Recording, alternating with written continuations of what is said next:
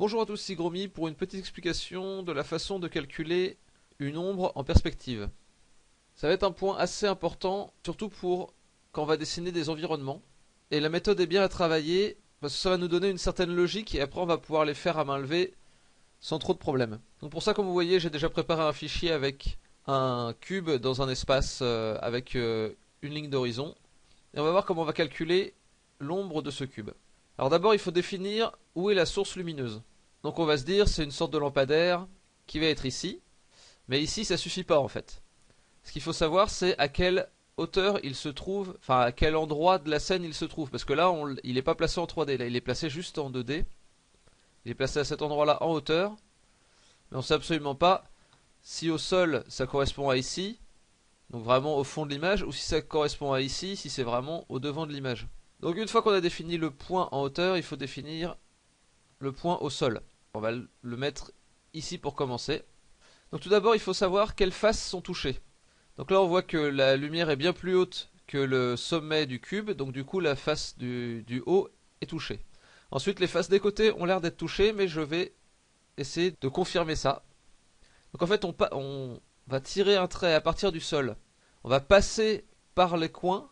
Donc là, vous voyez que si je passe par ce coin-là, le rayon lumineux va pouvoir toucher toute cette face-là. Et après, hop, il part sur le coin comme ça. Donc vous voyez, là, ça veut dire que toute cette surface-là est touchée. Mais que derrière, là, ça va être dans l'ombre. Parce que vous voyez, là, le rayon lumineux va pas pouvoir toucher derrière sans toucher d'abord cette face-là. Donc cette face-là va empêcher la lumière de passer. Ensuite, on va essayer avec les autres coins. Donc par ici, ça va être touché. Donc toute la face de derrière, là, de derrière à droite, elle va être touchée par la lumière. Et après, ici, ça va être bloqué sur le coin. Et donc la face de derrière à gauche ne va pas être touchée par la lumière. Donc ça fait le cône dans lequel l'ombre va être projetée. Après, il va falloir définir les limites de ce cône. Parce qu'évidemment, l'ombre ne va pas être projetée à l'infini. Donc comme petit rappel, je voulais vous rappeler, l'ombre c'est évidemment là où la lumière ne touche pas. Donc en fait, pour définir à quel endroit il va falloir arrêter l'ombre, on va partir du sommet, on va tirer un trait encore une fois, on va passer par le coin du cube, et on va le prolonger jusqu'à rencontrer la ligne qu'on a tracée précédemment. Là, ça arrive plutôt loin dans l'image. Donc voilà, on arrive jusque là. On va faire pareil de l'autre côté. Donc là, on passe par le point qui est à la verticale du point au sol. Donc voilà, ça nous donne les endroits où ça va s'arrêter sur les côtés là. Mais il y a également ce bord là qui va créer une ombre. Donc pour ça, on fait exactement la même manipulation qu'avec les autres. On tire une ligne en passant par le coin au sol. Donc du sol au sol. Et ensuite, on tire un trait de la source lumineuse en passant par le coin qui est à la verticale de ce point là, et on arrive ici. Donc ça c'est les trois points où vont s'arrêter les lignes. Donc après il suffit de les rejoindre les uns avec les autres. Et donc avec ça, on va pouvoir tracer la zone d'ombre. Ça c'est si on voyait par transparence. Vous voyez que ici c'est ombré. Il faut toujours penser si on voyait par transparence en fait, puisque c'est tout le principe de la perspective, il faut toujours penser à ce qu'il y a derrière. Et donc après évidemment, il y a également cette face qui est dans l'ombre. C'est la seule face visible qui va être dans l'ombre. Et voilà comment on a créé ce cube ombré en perspective. Donc là on voit qu'il y a un petit problème ici, enfin là c'est vraiment minime. Donc je vous le refais une petite fois pour que ce soit bien clair, avec une autre source de lumière. Alors on va considérer cette fois-ci une lumière qui va être en hauteur ici. A noter que si la lumière est plus basse que le cube, l'ombre continue indéfiniment. Ça c'est l'ombre théorique, parce que évidemment dans la réalité, l'ombre va quand même s'arrêter au bout d'un moment, mais de façon diffuse. Mais pour l'instant on parle que d'ombre théorique, donc on considère que si le point lumineux est en dessous du cube, l'ombre va être infinie. Donc je rappelle, on part du sol, on regarde quelles faces sont illuminées, donc toute celle-ci elle est illuminée. Ensuite le rayon passe et traverse sur le côté. Par ici, toute cette face-là va être illuminée, ça passe et traverse. Ensuite le sommet va être illuminé évidemment. On descend le côté correspondant à ce point-là. On descend le côté de ce point-là. Ensuite, il nous reste ce coin-là qu'il faut ajouter. Et ensuite, il nous reste qu'à joindre les trois points et à remplir la zone d'une valeur plus foncée pour créer l'ombre. Et voilà, un deuxième cube illuminé en perspective.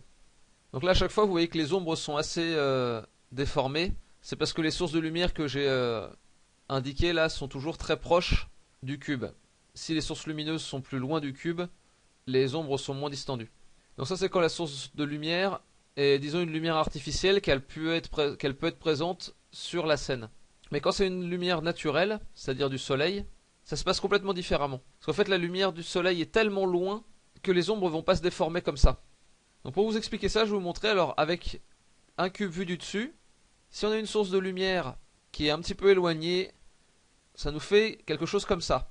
Vu du dessus, les lignes ici et ici sont parallèles, et ici sont parallèles également.